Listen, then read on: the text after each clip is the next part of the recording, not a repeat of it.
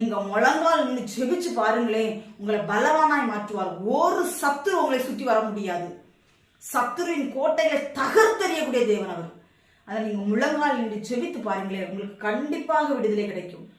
விசுவாசித்து நான் சொல்லுகிறேன், கண்டிப்பா உங்களுக்கு விடுதலை கிடைக்கும். முழங்கால் நில்லுங்க. முழங்கால் நிக்க முடியல, செவத்தை பிடிச்சிட்டாது நில்லுங்க.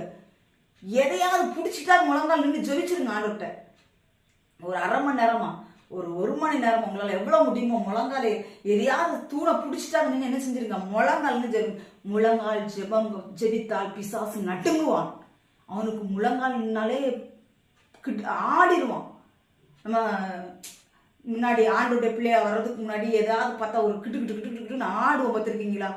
பயம், ஒரு தொடநடிங்கன்னு சொல்லுவாங்க, தொடநடிங்கன்னு சொல்லுவாங்க. அதே மாதிரி முழங்கால் நம்ம நின்றுட்டோன்னு வச்சுக்கோங்களா, அவன் தொட நடுங்கிடுவான். ஏன்னா அதுக்கப்புறம் அவனால ஒன்றும் செய்ய முடியாது. அதனாலதான் இந்த நாட்களில் தேவன்